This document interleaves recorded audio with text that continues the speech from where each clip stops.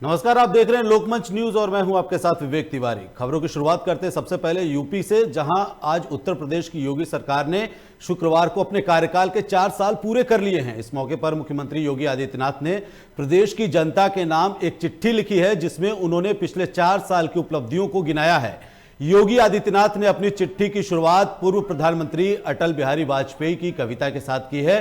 अपनी उपलब्धियों को गिनाते हुए योगी आदित्यनाथ ने प्रदेश में चल रहे विकास कार्यों, राम मंदिर के निर्माण, गन्ना किसानों के भुगतान और $5 ट्रिलियन की अर्थव्यवस्था बनाने के लक्ष्य को सामने रखा है। साथ ही यूपी सीएम ने बीते 1 साल में कैसे कोरोना की चुनौती का सामना किया, इसका भी जिक्र अपनी चिट्ठी में किया है। तो सीएम योगी ने प्रदेश में 4 साल के कार्यकाल को पूरे होने के बाद एक चिट्ठी प्रदेश की जनता के नाम लिखी है। यूपी में बीजेपी की योगी सरकार ने अपने 4 साल का कार्यकाल पूरा कर लिया है। ऐसे में सीएम योगी आदित्यनाथ ने जनता के नाम चिट्ठी लिखी है, सरकार की उपलब्धियों को गिनाया है।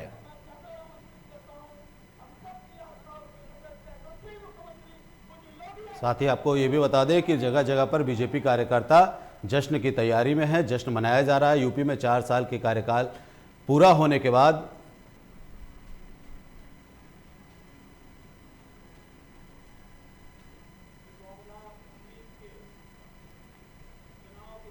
तो आपको बता दें कि 4 साल का कार्यकाल यूपी में पूरा कर लिया है बीजेपी सरकार ने। 2022 में फिर से चुनाव होने वाले हैं और आखिरी 1 साल अब योगी सरकार के पास है इस कार्यकाल का। 2022 में फिर से जनता के हाथों में उनकी किस्मत का फैसला होगा, लेकिन योगी सरकार ने अपने 4 साल पूरे कर लिए हैं। जगह जगह पर बीजेपी कार्यकर्ता जश्न मना रहे हैं सरकार के 4 साल पूरे होने पर। वहीं दूसरी तरफ सीएम योगी आदित्यनाथ ने जनता के नाम एक चिट्ठी लिखी है। चिट्ठी में उन्होंने कोरोना के खिलाफ लड़ी गई जंग का जिक्र किया है। इसके साथ ही 5 ट्रिलियन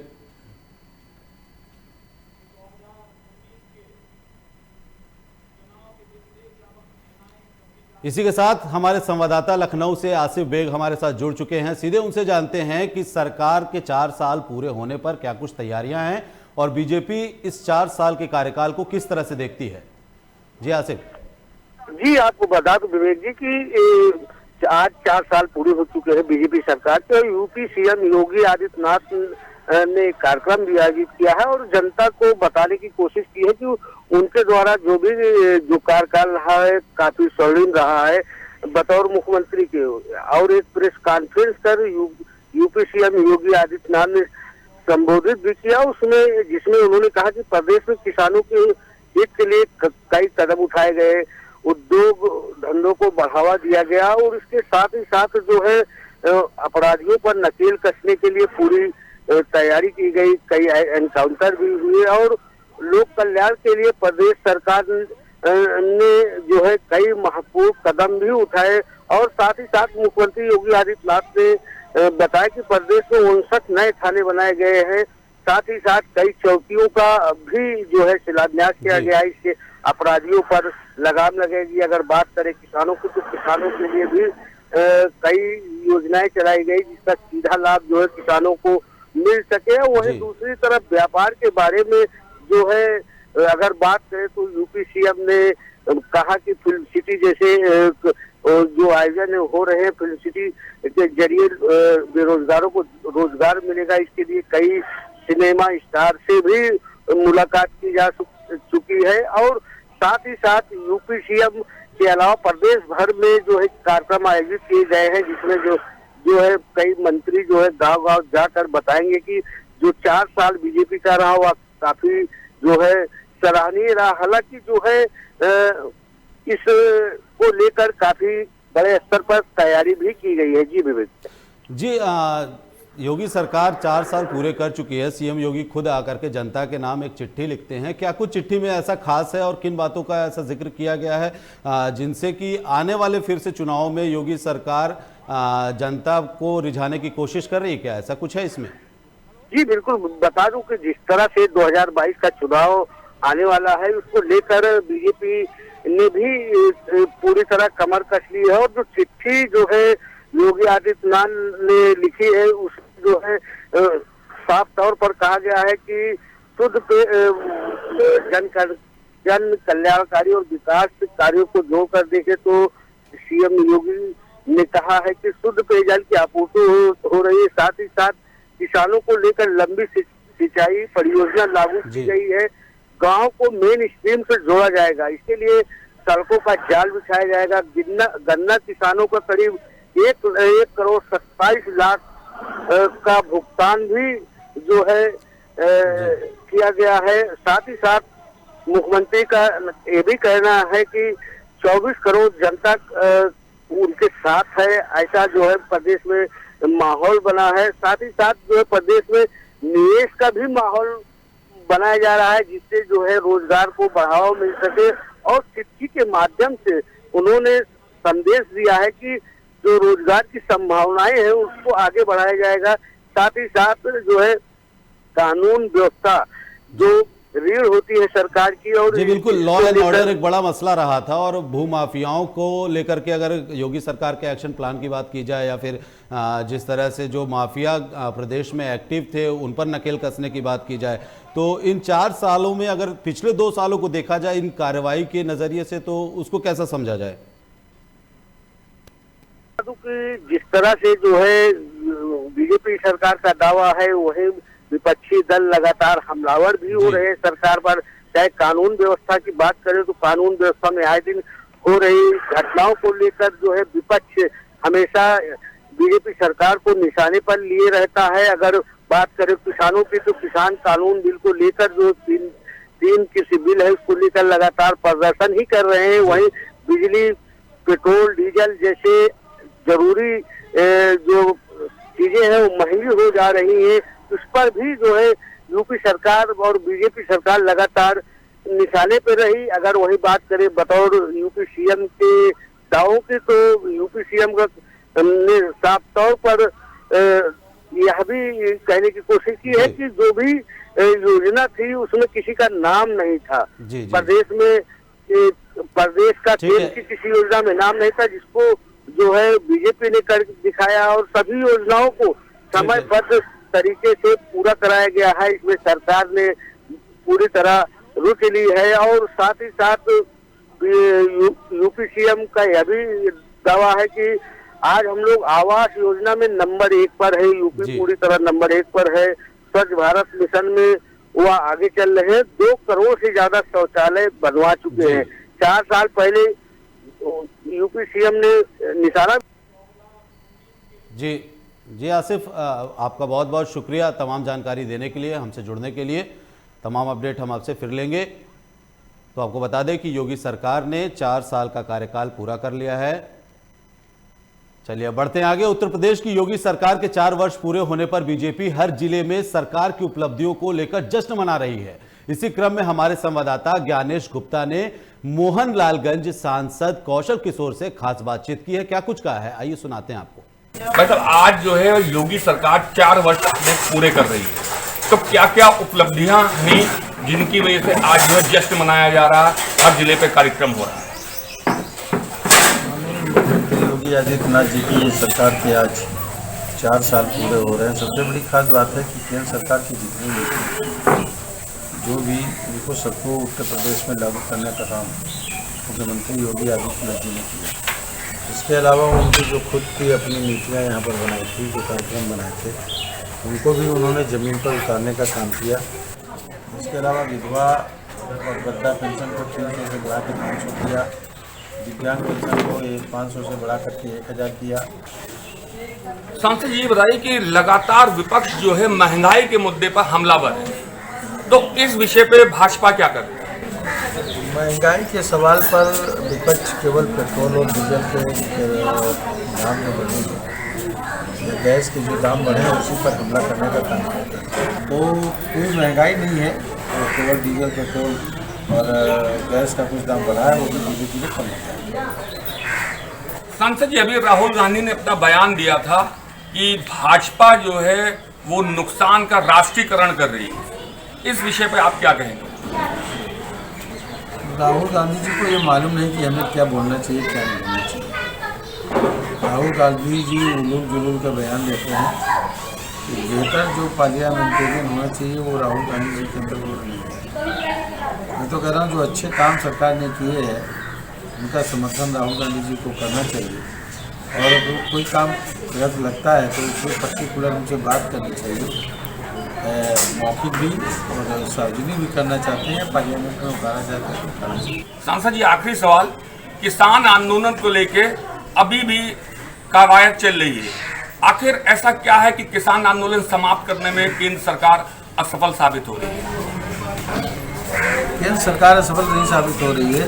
किसान जो धरने पर बैठे हैं बहुत ज़्यादा लोग नहीं, पूरे देश के किसान इस इशू पे किसानों के खड़ा नहीं, क्योंकि किसानों को किसी में नहीं, सिंचाई के संसाधन जुट रहे हैं, फसल का उत्पादन दोगुना होने के लिए सरकार हर संभव प्रयास कर रही है। तमाम सुविधाएं उनको मुफ्त में देने का काम और छूट के देने का काम कर रही है। ये थे हमारे साथ सांसद मोहनलालगंज कौशल किशोर जी, जिन्होंने बेबाकी से हर सवाल का जवाब दिया। मैं ज्ञानेश गुप्ता, लोकमंच के लिए। योगी सरकार के 4 साल पूरे हो गए हैं। जहां एक तरफ बीजेपी जश्न मना रही है तो वहीं विपक्षी पार्टी के नेता योगी सरकार की नाकामियों को गिना रही है। सपा प्रवक्ता अनुराग भदौरिया ने सरकार के 4 साल पूरे होने पर सीएम योगी पर जमकर हमला बोला है। अनुराग भदौरिया ने सरकार पर तंज कसते हुए कहा कि खुद के प्रदेश का बुरा हाल है और सीएम योगी दूसरे प्रदेशों में जाकर उनका प्रचार कर रहे हैं। उन्होंने कहा कि 4 साल तक योगी सरकार ने सिर्फ झूठ ही बोला है। कमाल है योगी जी का, झूठ के सारे योगी जी ने 4 साल बेमिसाल कर दिए।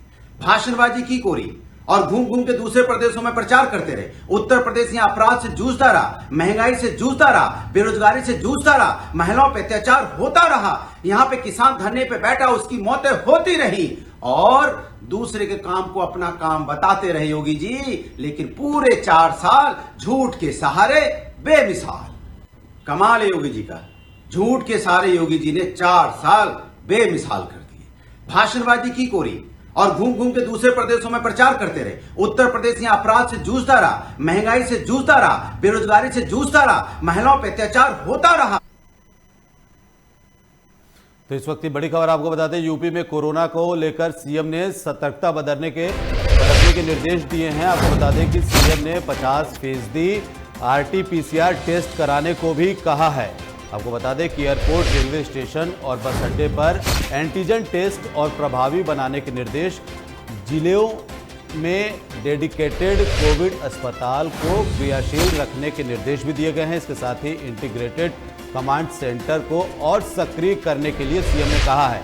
साथ ही सीएम ने यह भी कहा है कि एक भी कोरोना वैक्सीन की डोज बेकार नहीं जानी चाहिए। तो आपको बड़ी खबर बता रहे हैं, सीधे लखनऊ से कोरोना के बढ़ते मामलों को लेकर एक्शन में योगी सरकार दिख रही है। इंटीग्रेटेड कमांड सेंटर को और सक्रिय करने के लिए सीएम ने कहा है। बता दें कि सीएम ने साफ साफ लहजे में कह दिया है कि एक भी डोज वैक्सीन बेकार नहीं जानी चाहिए। बड़ी खबर आपको बता रहे हैं हम लखनऊ से, यूपी में कोरोना को लेकर सीएम ने सतर्कता बरतने के आदेश दिए हैं। ये निर्देश उनकी तरफ से जारी किया गया है। सीएम योगी ने रोज 50% RT-PCR जांच करने के लिए निर्देशित किया है टीम को।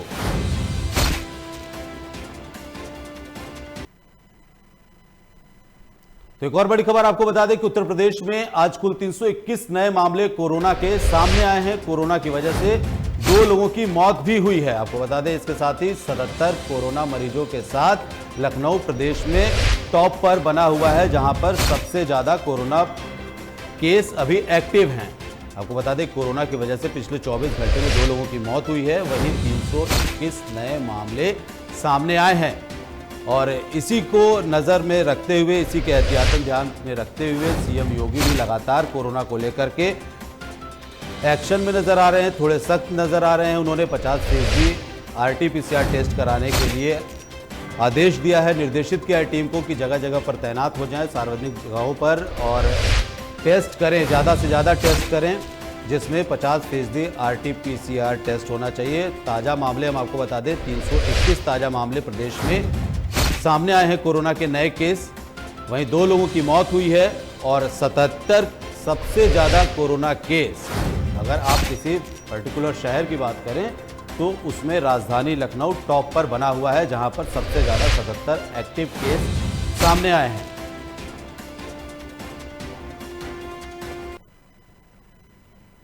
वहीं अगली बड़ी खबर आपको बता देते हैं गौतम बुद्ध नगर से, जहां कोरोना के बढ़ते मामलों को लेकर कमिश्नर आलोक सिंह ने बड़ी कार्रवाई की है।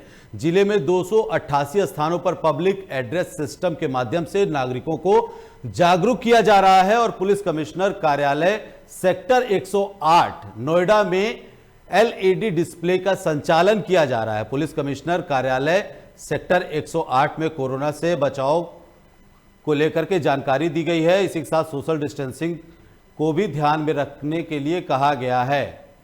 इसके साथ ही आपको एक और बड़ी खबर लखनऊ से बता देते हैं, जहां राज्य निर्वाचन आयोग ने वीडियो कॉन्फ्रेंसिंग की है। सभी जिलों के डीएम और एसपी के साथ ये कॉन्फ्रेंसिंग की गई है। आपको बता दें कि मतदान केंद्रों का डीएम और एसपी निरीक्षण करेंगे, ऐसा उनको निर्देशित किया गया है। साथ ही आयोग की शिकायत का 24 घंटे में निस्तारण करना होगा।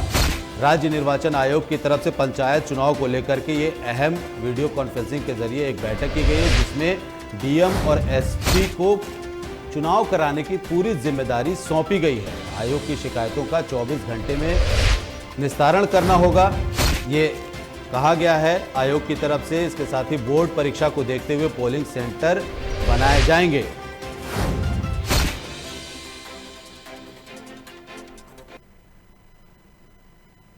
वहीं लखनऊ में पुलिस आयुक्त ने कई थानों में लंबित विवेचनाओं की समीक्षा बैठक की है। पुलिस उपायुक्त उत्तरी और सहायक पुलिस आयुक्त महानगर भी इस बैठक में मौजूद रहे हैं। लंबित विवेचनाओं के पर्यवेक्षण के संबंध में आवश्यक दिशा निर्देश दिए गए हैं। वहीं पीआरवी वाहनों का रूट नए तरीके से निर्धारित करने के भी निर्देश दिए गए हैं। आपको बता दें कि लंबित विवेचनाओं के पर्यवेक्षण के संबंध में आवश्यक दिशा निर्देश जारी किए गए हैं। पीआरवी वाहनों का नए रूट तरीके से निर्धारित करने पर भी चर्चा की गई है। वहीं लखनऊ में बता दें आपको, पुलिस आयुक्त ने कई थानों में लंबित विवेचनाओं की समीक्षा बैठक की है।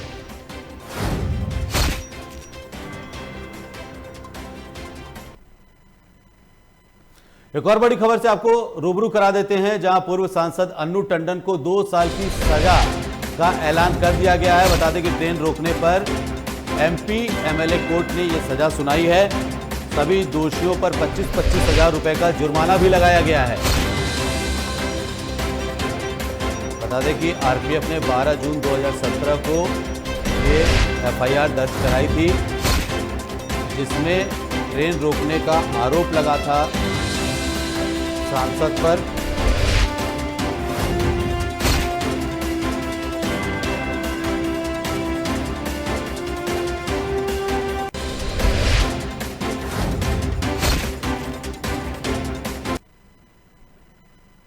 चलिए बढ़ते हैं आगे और एक और बड़ी खबर से आपको रूबरू करा दे। बता दें कि सपा सुप्रीमो अखिलेश यादव ने ट्वीट किया है और बीजेपी के 4 साल के कार्यकाल पर निशाना साधा है।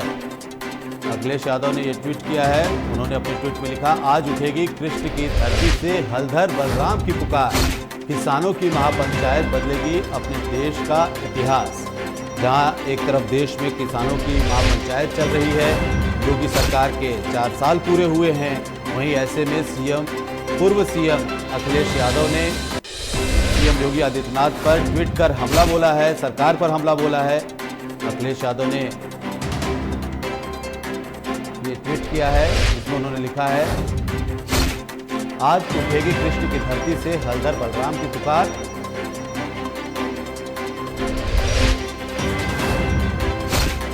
किसानों की महापंचायत बदलेगी अपने देश का इतिहास। ट्वीट किया गया है अखिलेश यादव की तरफ से।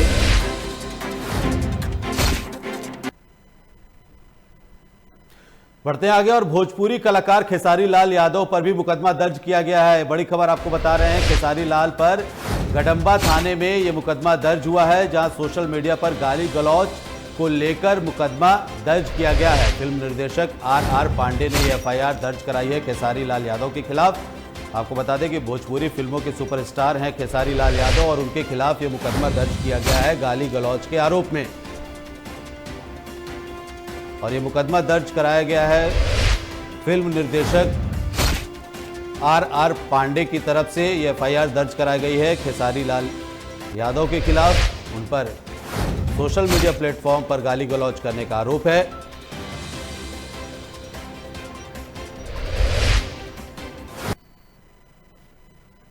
चलिए बढ़ते आगे और हरदोई से आपको बड़ी खबर बता देते हैं, जहां पंचायत चुनाव के मद्देनजर जिले में अवैध शराब के विरुद्ध ताबड़तोड़ छापेमारी जारी है। पुलिस और आबकारी विभाग की संयुक्त टीम यह छापेमारी कर रही है। छापेमारी के दौरान भारी मात्रा में अवैध शराब बरामद भी की गई है। बता दें कि शराब बनाने के उपकरण और लहन को नष्ट किया गया है। तस्वीरें आपको दिखा रहे हैं किस तरह से ये अवैध शराब का कारोबार चल रहा था, जिस पर ये छापेमारी की गई है। टीम ने छापेमारी की है और सीधे तौर पर नष्ट कर दिया गया है इन अवैध शराबों को। आपको बता दें कि हरपालपुर सीओ विजेंद्र द्विवेदी ने जानकारी दी है। लोनार थाना क्षेत्र के गांव जमुनिया पूर्वा का ये पूरा मामला है, जहां पर अवैध शराब के खिलाफ प्रशासन की कार्रवाई की गई है।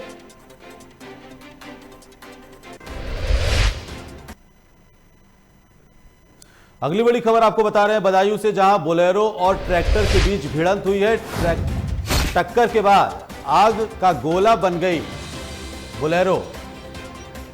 सभी घायलों का इलाज किया जा रहा है, अस्पताल में उनको भर्ती कराया गया। ये तस्वीरें आपको दिखा रहे हैं किस तरह से टक्कर के बाद, ट्रैक्टर और बोलेरो की टक्कर के बाद बोलेरो में आग लग गई। ये धड़कती हुई कार आपको तस्वीरों में हम दिखा रहे हैं। बता दें कि वजीरगंज थाना क्षेत्र के रहेडिया पुलिस चौकी के पास की एक घटना है, जहां पर आग का तांडव देखने को मिला है।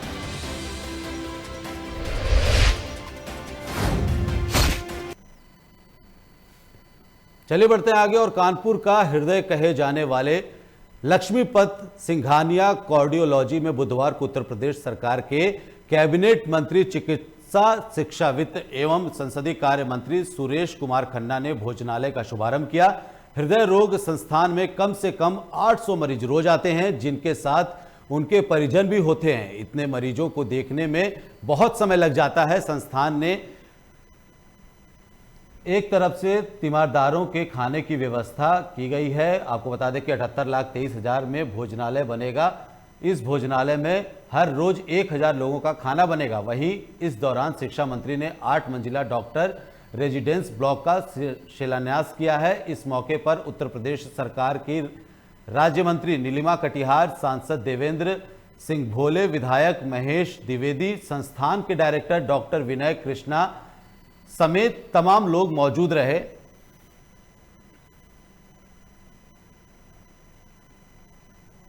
चलिए बढ़ते आगे। 18 मार्च को पूरे देश में आयुध निर्माणी दिवस मनाया जाता है, क्योंकि इसी दिन 18 मार्च 1801 में कोलकाता के काशीपुर में ब्रिटिश कंपनी ने गोला बारूद निर्माण की स्थापना करते हुए उत्पादन शुरू किया था। तब से लेकर अब तक इसी दिन समूचे भारत में स्थापित आयुध निर्माणी कंपनियां अपना स्थापना दिवस मनाती हैं। आपको बता दें कि वर्तमान में समूचे भारत में कुल 41 ऑर्डिनेंस फैक्ट्री चल रही हैं। वहीं अमेठी जनपद के मुंशीगंज थाना क्षेत्र के अंतर्गत HAL कोरवा के पास आयुधपुरम में नवीनतम ऑर्डिनेंस फैक्ट्री स्थापित है, जहां पर 18 मार्च को स्थापना दिवस मनाए जाने को लेकर पिछले 3 दिनों से ऑर्डिनेंस फैक्ट्री में कई कार्यक्रम आयोजित किए गए, जिसका समापन 18 मार्च 2021 अर्थात स्थापना दिवस के दिन किया गया।